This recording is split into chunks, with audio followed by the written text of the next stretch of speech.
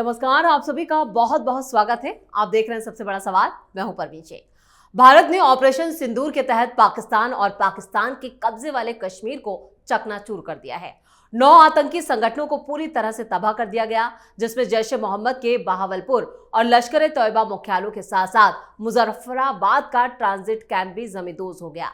पाकिस्तान ने इस air strike को राष्ट्रीय सुरक्षा परिषद की बैठक में भी उठाया। पाकिस्तान ने संयुक्त राष्ट्र सुरक्षा परिषद में भी भारत को घेरने की कोशिश भी की, लेकिन उसे सिर्फ चीन का समर्थन मिला। भारत ने साफ कर दिया कि हमले आतंकी कैंप पर हुए, पाकिस्तानी सैन्य ठिकानों को निशाना नहीं बनाया गया, जिसके बाद खबरें सामने आ रही कि अब भारत ने नए टारगेट सेट कर लिए हैं। करीब 1 दर्जन से ज्यादा टारगेट में अब पाकिस्तान में घुसकर मारने की प्लानिंग भी हो चुकी है। ऐसे में सबसे बड़ा सवाल यह है कि अब भारत की तरफ से क्या हो सकता है अगला ऑपरेशन। इसी पर चर्चा के लिए स्टूडियो मौजूद हैं कैपिटल टीवी के editor in chief doctor Manish Kumar. Sir, आपका बहुत बहुत स्वागत है। धन्यवाद।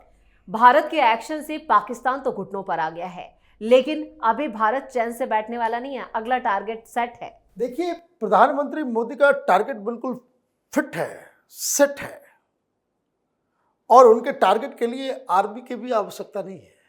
ये जो हमले किए गए, सब कुछ किया गया, अगर ये कोई सोच रहा है कि प्रधानमंत्री मोदी का सारा प्लान बस यहीं तक लिमिटेड है, तो उससे बड़ा मूर्ख कोई नहीं है,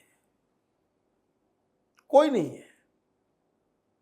आप एक बात को समझिए जी। प्रधानमंत्री ने क्या कहा, मिट्टी में मिला देंगे। तो वो ये मरकजों को मिट्टी में मिलाने की बात नहीं कर रहे हैं, इस मुल्क को मिट्टी में मिलाने की बात कर रहे हैं। और वो कोई गाजा तो है नहीं, कोई गाजा तो है नहीं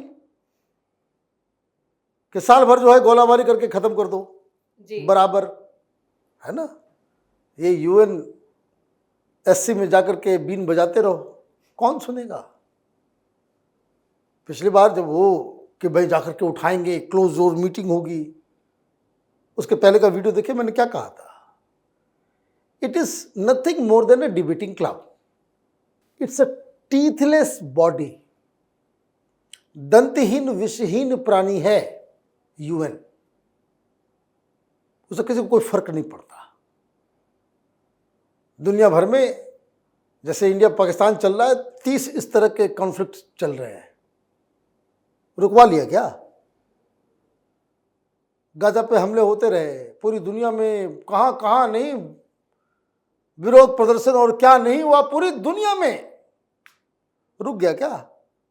भाई रूस घुस के मार रहा है, यूक्रेन आधा कब्जा कर लिया है, UN ने रोक लिया क्या? ये सब बेकार की बातें हैं। वो कहते ना कि दिल की खुश रखने को गालिब ये ख्याल अच्छा है ना। तो ये ख्वाबों ख्यालों की दुनिया में रहें कि हम ये करवा देंगे। मैं बार बार कह रहा हूं, पाकिस्तान की सरकार, वहां की आर्मी जो कुछ कर रही है वो वहां के लोगों को टोपी पहनाने के लिए, और प्रधानमंत्री मोदी जो कुछ कर रहे हैं वो पाकिस्तान की बर्बादी के लिए कर रहे हैं। Plain and simple. क्या किया प्रधानमंत्री ने जी? प्रधानमंत्री के पास अभी तो लिस्ट जगह की है, प्रधानमंत्री के पास इंडिविजुअल की भी लिस्ट है। जो अगला लिस्ट है वो इंडिविजुअल की है। आपको अचानक से मालूम चलेगा खोपड़ी में गोली खा करके बैठे हुए हैं सभी आतंकी। आर्मी की वहां दिक्कत क्या है कि उनके सानिध्य में ये सारा आतंक का कारोबार चल रहा है, तो उनको प्रोटेक्ट करना, भाई संरक्षण देना भी अपने। ये अजहर मसूद का पूरा खानदान गया, बीबी भी गई, भाई भी गया, बेटी भी गई, बहन भी गई, बच्चे भी गए, 10 के 10 हलाक हो गए, और 4 उसके क्लोज कॉन्फिडेंट वो भी निपट गए। ये क्यों बच गया? ये कायर आदमी है। ISI ने इन दोनों को उठा करके सेफ हेवन में जाकर के रख दिया, सेफ हाउस में, इसलिए बच गया, वहां था नहीं जी। बिल्कुल है ना। तो जब यहां एक बात तय कर दिया भारत ने कि हमारे पास ये टेक्नोलॉजी है कि हम पंजाब में घुस के मारेंगे, तुमको आइडिया ही नहीं लगेगा, पता ही नहीं चलेगा। शायद इसीलिए अजहर मसूद इतना डरा हुआ है कि अब अपनी मौत की भीख मांग रहा है। वो रो रहा है। कौन है ये अजहर मसूद? पुलवामा इसी ने करवाया था। पुलवामा जो 40 हमारे 20 सिपाही शहीद हुए, ये है। छोड़ दिया जाएगा थोड़ी ही, पाकिस्तान बचा लेगा उसको? नहीं बचेगा। आप दरकिनार करके रखा हुआ था पाकिस्तान को कि as if Pakistan does not exist. प्रधानमंत्री मोदी ने पिछले 5 साल में कुछ किया? सर्जिकल स्ट्राइक करने के बाद, एयर स्ट्राइक करने पुलवामा के बाद, कहीं कोई पाकिस्तान भाषण में भी बोलते हैं क्या? नहीं। वो रडार से ही बाहर हो गया। लेकिन जब तुमने छेड़ दिया तो फिर छोड़ा नहीं जाएगा। कैसे नहीं छोड़ा जाएगा? टारगेट मैंने बताया कि जो अभी तो कल दिखाया गया प्रेस कॉन्फ्रेंस में, उसमें तो 21 टारगेट ऑलरेडी है जी।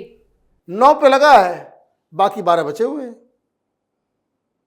9 पे लगा, 12 बचे हुए हैं। ये तो एक्सपोज कर दिया कि भाई ये 12 टारगेट है, पोटेंशियल टारगेट। लेकिन इस तरह से 12-15 टेररिस्टों का खोपड़ी भी टारगेट है। ये मुनीर भी टारगेट है, मुनीर भी टारगेट है।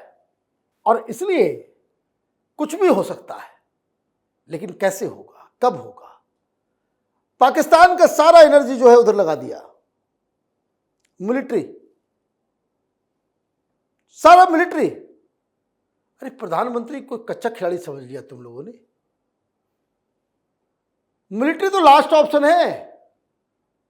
डैम आज भी नहीं खुला, पानी रुक गया जी। पानी रुक गया। अब इधर तुम जितना लड़ाई करते रहोगे, कौन तुम्हारे साथ आएगा, बोलेगा कि भाई पानी दे दो? नहीं देते, नहीं देते।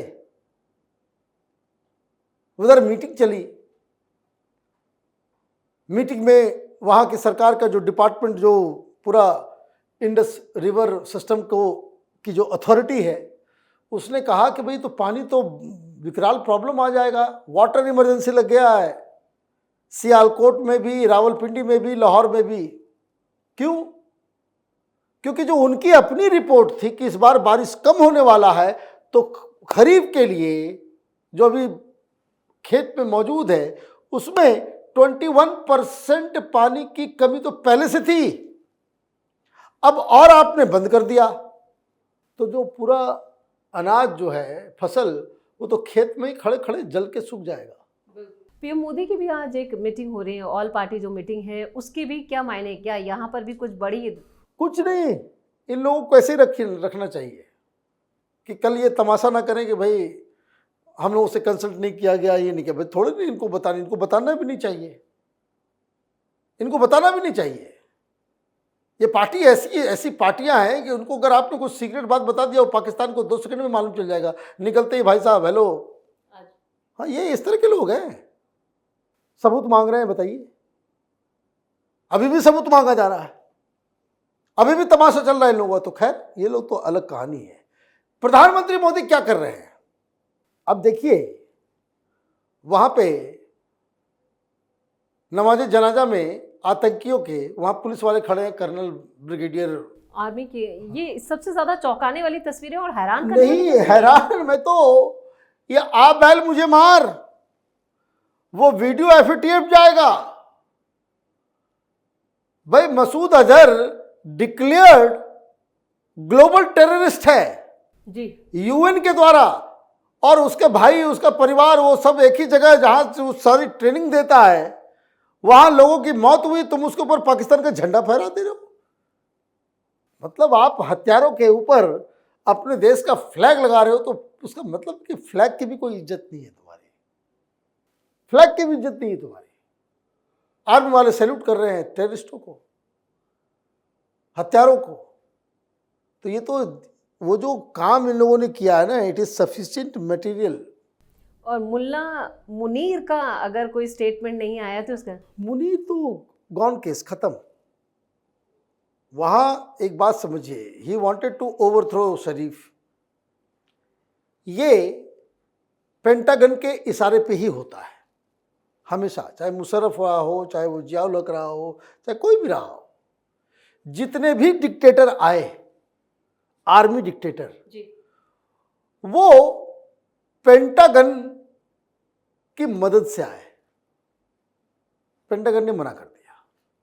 इमरान खान को जेल में डालने के बाद ये बाजवा खुद बन रहा था, पेंटागन ने मना कर दिया कि भाई दुनिया को हम क्या मुंह दिखाएंगे कि मिलिट्री डिक्टेटर के साथ हैं, हम तो डेमोक्रेसी कर रहे हैं। तो ये उसका खेल खराब हो गया है। मुनीर कभी भी गिरफ्तार हो सकता है। वो गिरफ्तार इसलिए हो सकता है क्योंकि ही इज वर्थलेस नाउ। बड़ी चालाकी से शहबाज शरीफ ने कल मीटिंग करके ये कह दिया कि सरकार का फैसला है कि हम आर्मी को फ्री हैंड देते हैं कि जो गुस्ताखी हिंदुस्तान ने की है उसका जो है एकदम बिल्कुल एप्रोप्रिएट जवाब दे। कैसे देना है, कैसे क्या करना है, ये मुनीर जाने। अभी तो फंस गया, ये तो फंस गया। एक तो करने के लिए सामर्थ्य नहीं है जी, पैसे नहीं है, मशीन नहीं है, गोलियां नहीं है, गोले नहीं है और लोग भी नहीं है। और ये अटैक करते हैं, हार जाते हैं तो और थू तो बलूचिस्तान से जो तस्वीरें वीडियो आ रहे हैं वो भी उसी वहाँ पे death है। से सबसे ज्यादा अब ये समस्या आप देखिए। तो ये तो मुनीर तो गया, मुनीर को इमरान खान के बगल वाले सेल में डाल दिया जाएगा क्योंकि ऑलरेडी आर्मी के अंदर बवाल चल रहा है। लोग कह रहे हैं कि अगर मुनीर ने पहलगाम का सब कुछ प्लान किया तो ये तो आप अपनी कुर्सी बचाने के चक्कर में, अपनी पोजीशन के एक्सटेंशन के चक्कर में आपने पूरे मुल्क को जो है बर्बादी के मुहाने पे लाके खड़ा कर दिया। तो ये तो देशद्रोह की कैटेगरी में आएगा। तो आप देखिए कि किस तरीके से प्रधानमंत्री मोदी, उनका टारगेट क्या है? पानी रोकना मेन टारगेट है क्योंकि पानी से बिजली और पानी से कश्मीर और जम्मू के अंदर बहुत पानी की समस्या है उधर, क्योंकि जो नदियां जो पंजाब में आ जाती हैं और पाकिस्तान जाती हैं वो तो अब देखिए पानी यहाँ तक आता है हम लोगों का, दिल्ली में भी वो उस पानी से इस्तेमाल होता है।